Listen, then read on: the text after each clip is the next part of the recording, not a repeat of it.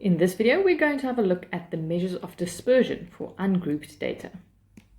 The different measures of dispersion help us to determine how data is spread. We can establish whether the data is grouped closely or scattered widely. In this video, we are only going to have a look at quartiles and percentiles. Quartiles divide the data into 4 equal parts. Here we have a set with 16 data values. To divide a set of data into 4 equal parts, you're going to start off with the median. In the previous video, we saw that to determine the median, we start by calculating the position of the median. And that is 16, the number of values, divided by 2. This means that straight after the 8th value, we are going to divide the set into 2 groups.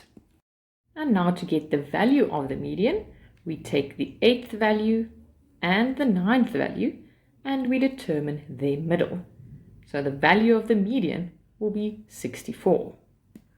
The median is also the second quartile, or Q2, and divides the set of data into 2 equal parts. To now go and divide it into 4 parts, we'll have to divide each half again.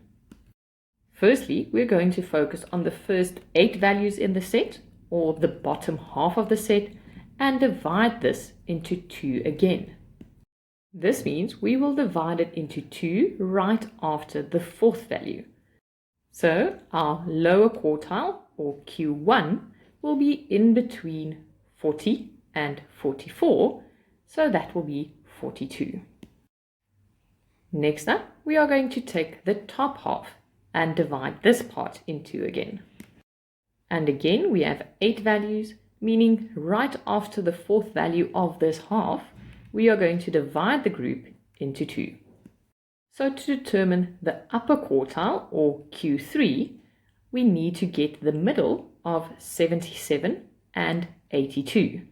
So Q3 will be 79,5. So by calculating 3 values, we've divided the data set into 4 equal parts. Each one of the 4 parts consists of the same number of data values, in this case 4 values. From this, we can now determine whether a specific data value is in the top or bottom half, or in the top or bottom quarter of the set. Suppose these are the maths marks of a specific class. We can now say that if you have a mark of less than 42, you fall in the bottom quarter or bottom 25% of the class. But if your mark is more than 79,5, you are in the top quarter or top 25% of your class. We can go even further and say that if we focus on the bottom quarter, you will see that their marks differ by 25.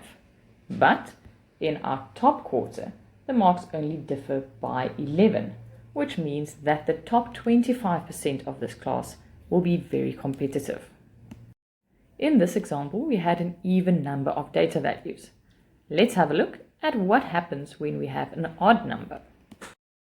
Here we now have only 15 values. And if we start by determining the median, which is where you will always start, we will divide this into 2 groups with 7 data values, and value number 8 will be in the middle. So Q2, or our median, will then be exactly 61. This value will not be part of the top or bottom half. So when we want to determine Q1, our lower quartile, we will only focus on the first 7 values and not include the 8th one, and now divide these 7 values into 2 groups. To divide 7 values into 2 groups, we'll have 3 in each group with the 4th value in the middle. So Q1, or our lower quartile, will be 40. To calculate the upper quartile, or Q3, we're going to take the 7 on the right and once again not include that value in the middle. And to divide these 7 values into 2 groups, we'll have 3 in each group again, which means that 77 will be in the middle, and therefore Q3 is 77. So when doing these calculations, if the Q2 or median lies in between two values. The value to the left will fall in the bottom half and the value to the right in the top half. But if the median is one specific value, that value will not form part of our calculations for the lower or upper quartile. Next, we're going to have a look at how to calculate percentiles. Percentiles divide the set of data into 100 equal parts. Other than with quartiles, we're definitely not going to calculate all 100 percentiles every time. But percentiles can be used to do more specific calculations. For example, who lies in the top 10%, or maybe even the top 5. Example 2. Consider the following ordered data set. I'm going to remind you that you always have to make sure that the data is ordered. So if it's not ordered yet, you cannot start calculating your Q1, 2, and 3 or any percentiles. You have to order the data first. In the example, the data is already ordered, and in total we have 45 values. Remember that for an odd number of data values, there will always be one specific value where we divide the data into groups. Question A, determine the 90th percentile. When we calculated quartiles, we divided the data into 4. Here, we are going to divide into 100 parts and then take the 90th one of those.